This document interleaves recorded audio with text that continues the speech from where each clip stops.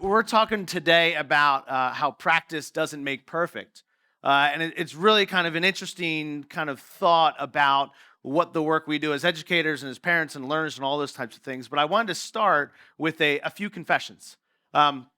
Normally, I'm in rooms like this, and a lot of times I'm sitting in the crowd, I'm at different in-services, I'm at workshops, I'm at conferences, all different types of places, and I'm always thinking, that person on the stage, all right, that's nice that they wrote a book or something, that's cool.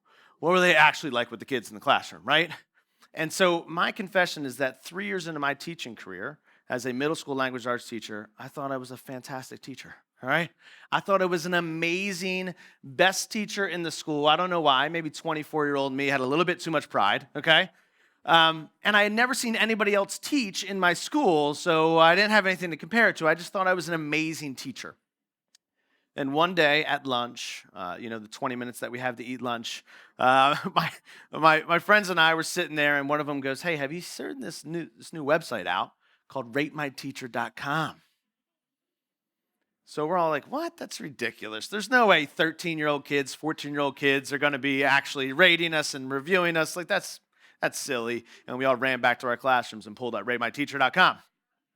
So I pull up ratemyteacher.com fully expecting to get this review of these kids saying he's just an amazing teacher. He's fantastic. He cares for us. He loves doing challenges and using technology and all that kind of stuff. And I pull it up, and this is what I see, okay? I probably shouldn't have dove into it, but I see that my kids just rated me as an average teacher.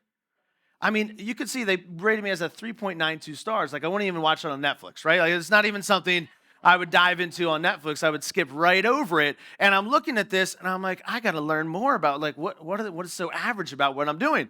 And so I start diving into the reviews, which, again, I shouldn't have done. And I see all over the place, see that sad face with the easiness there, right? I see all these sad faces for easiness. And I start to turn it around, though. I'm like, that's because I'm a challenging teacher, right? I have rigor in my classroom. Of course they don't think I'm easy. And then I see that they think that I'm funny, and so I'm feeling good about myself again, despite the 3.92 stars. And then I come across this review, and everything changes, okay?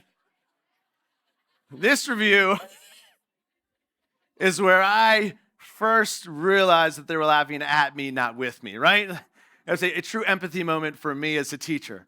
And so I start looking at these, and I'm an English language arts teacher, right? And there's some of the worst grammatical errors you've ever seen, right? I mean, this is just, does anybody teach the all caps double comma? Is that something that we teach here at Mount Vernon? Because it's not something I ever taught.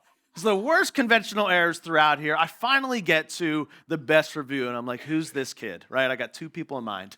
I'm like, I'm going to give them an A for the rest of the year. Who is this? And I start reading it, and I'm like, best of all, teacher, and then they just stop, right? Best of all, and they stop. On the best review I ever received, they couldn't finish it. Is that reaches every kid, reads to, right? I don't know what that is. And I start off that way because I want you to understand that I was not a perfect teacher.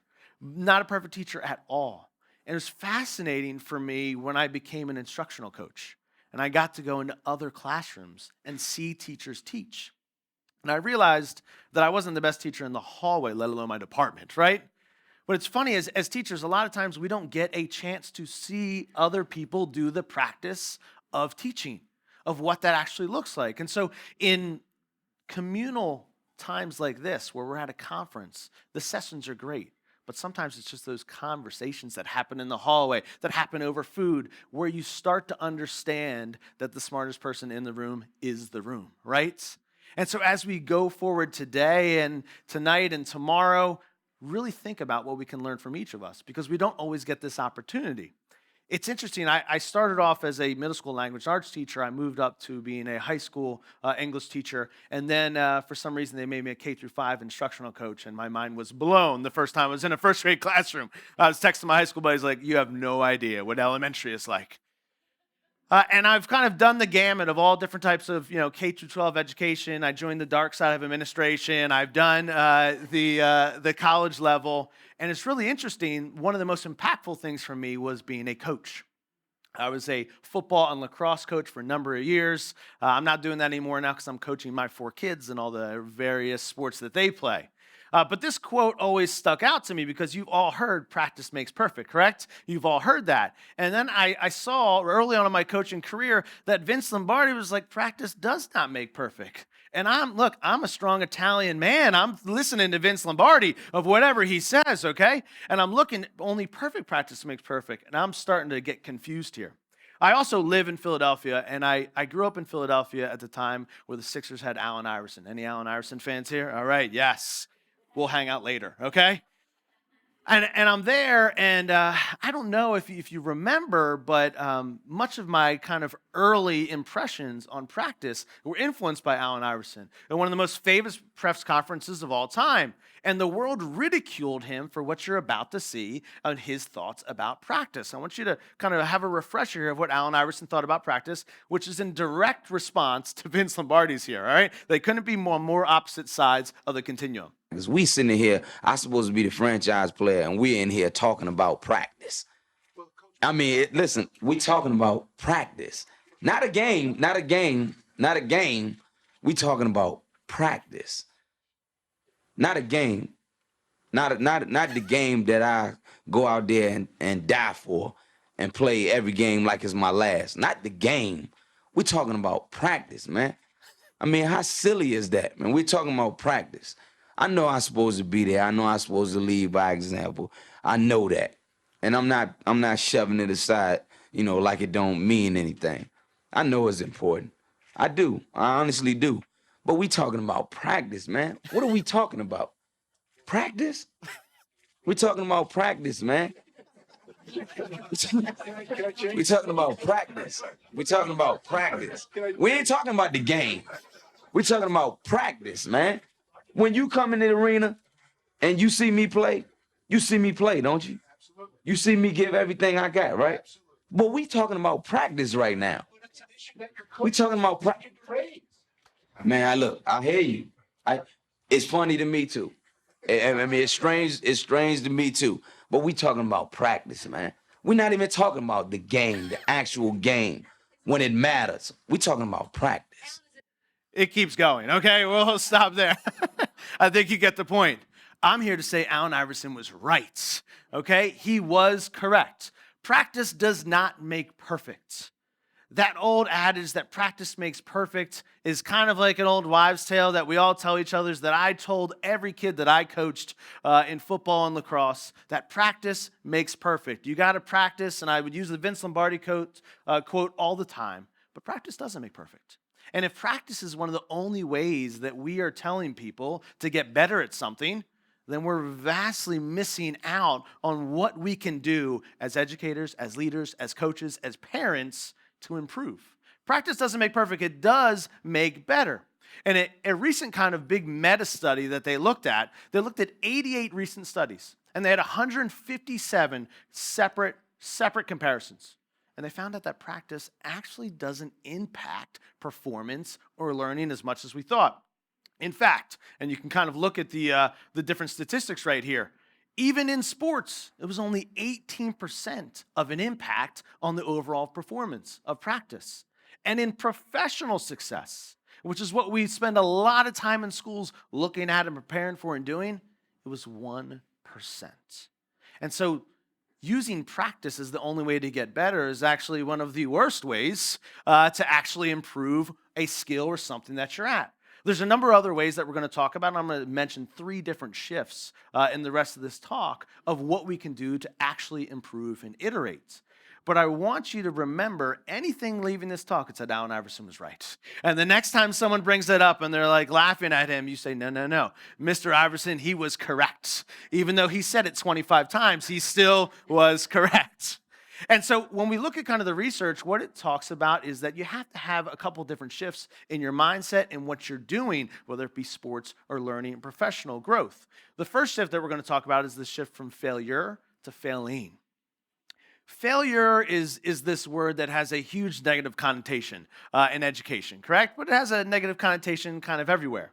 And a lot of times, if our goal is perfection, the 99.9% result is actual failure. Because it's very hard to get perfection in anything that you're doing.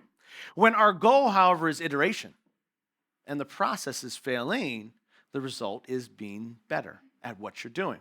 We'll talk about what that looks like here. But if you look at failure, it has this finality to it. All right? So I want you to think about failure as something that is the end of something. You're a failure. It's over. You don't have a chance. I don't know how many of you would have driver's licenses if you just had one chance. All right? I know I wouldn't. I needed 3, and that was just on the written portion. Okay? I probably could have used a couple more in the driving portion. But failure is permanent. Failing is about the process. Okay, failing is temporary. Failing is saying there's another chance to iterate and get better and improve. Was anybody a skater back in the day? Any skaters out there? Yeah, I was, okay? I had long hair when I had hair, okay? It was glorious, even though I shaved underneath. I had Jinko jeans, a nice chain, okay? Okay, Stussy shirt, no fear hat. I was ready to go, all right?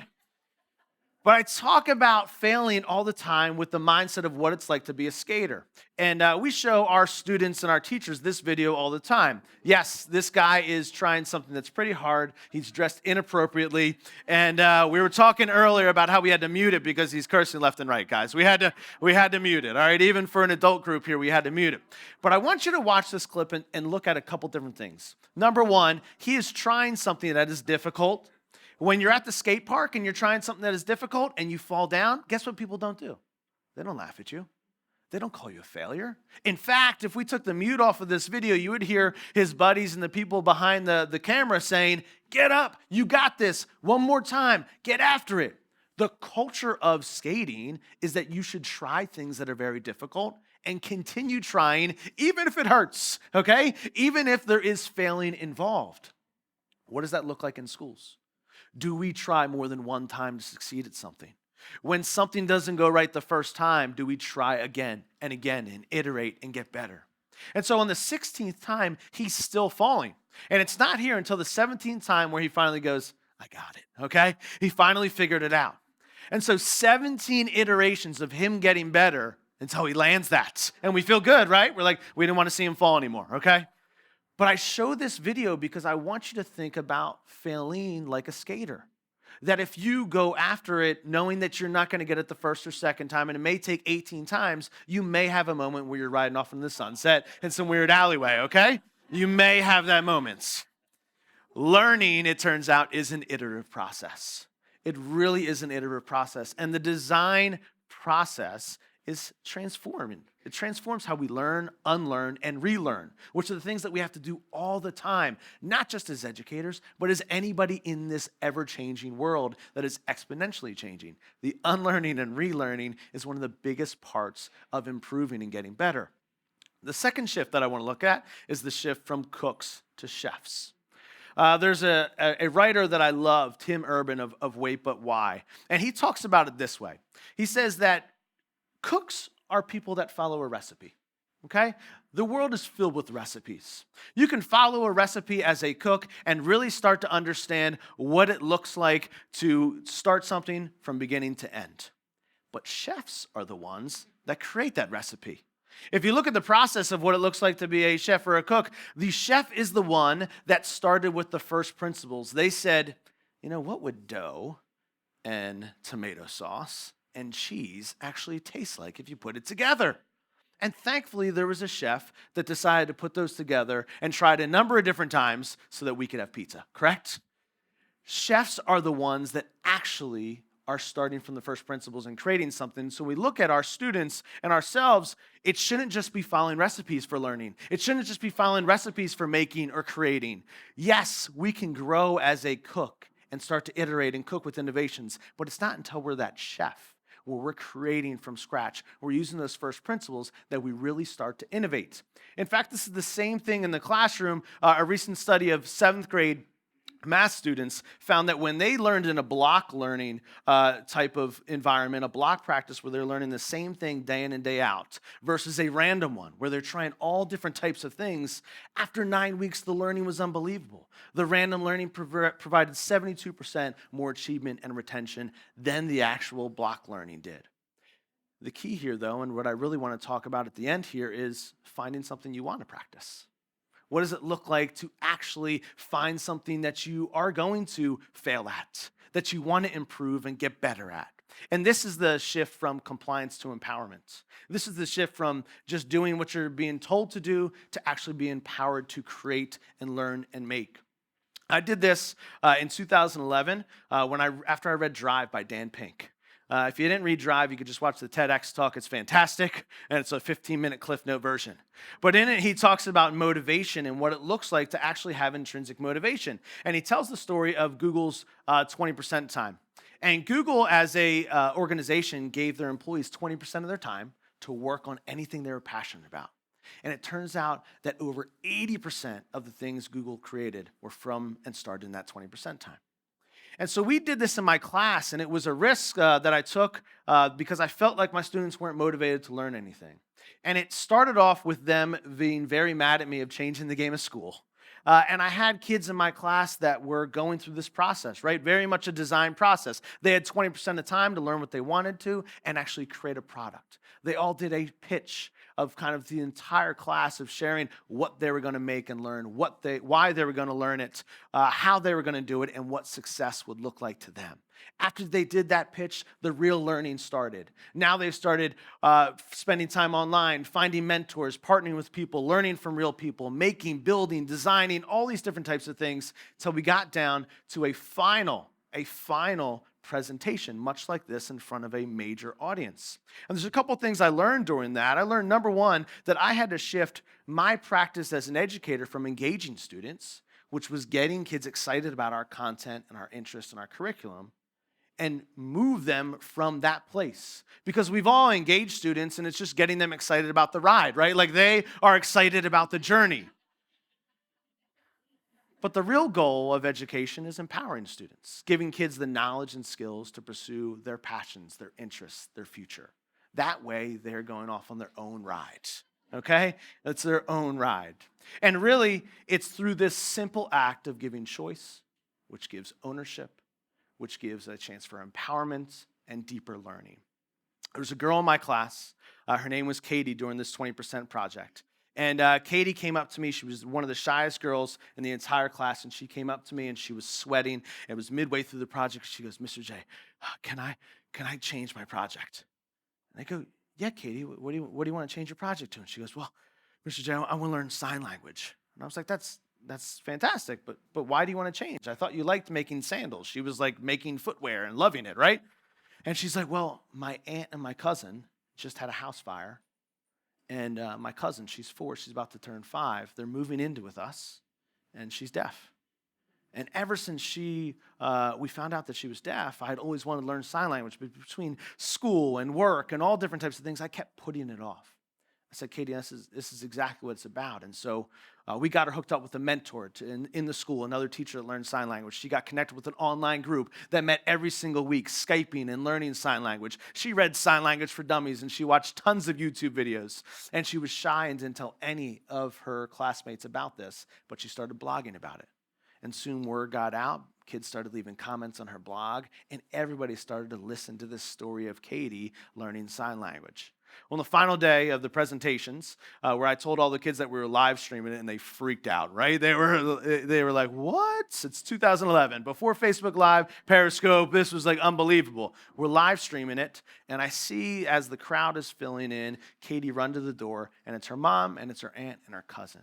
I go over, say hi to them. We get set up in an auditorium, and there's all kinds of people in there, and she's about the 10th or 11th person to get started.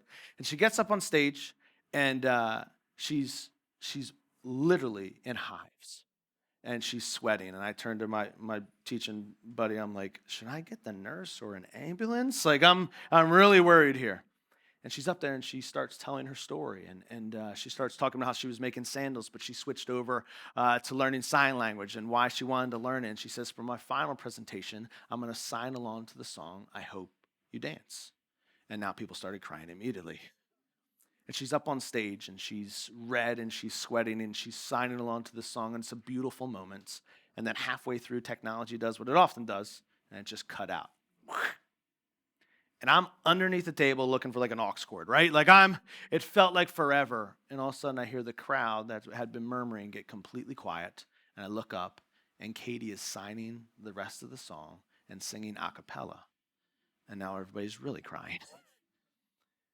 And she finishes, and it's an amazing moment, and she bolts off stage, right? Like she took off stage. And it was a great day. But the next day in class, she said something that I want to leave you with, something that has impacted me as an educator for the rest of my life. All the kids were like, Katie, how did you do that? How did you not pass out? How did you do that? And she said, you know what? I don't want to let people down. She goes, I don't want to let all the people that helped me out down, the different mentors, Mrs. G, who worked with me. I don't want to let you guys down. You were so supportive. Mr. J, I don't want to let you down. She goes, but honestly, I had never cared about something or worked on something so hard in my life. I didn't want to let myself down. I couldn't let it end like that. And so when we think about what we do every single day with students, with kids, as parents, as teachers and educators, if we can focus on giving them moments where they own that learning, so much so that they're willing to practice time and time again, even if it doesn't make perfect, and have opportunities where they not only inspire us and inspire themselves, but also inspire the world. Thank you so much. Appreciate it.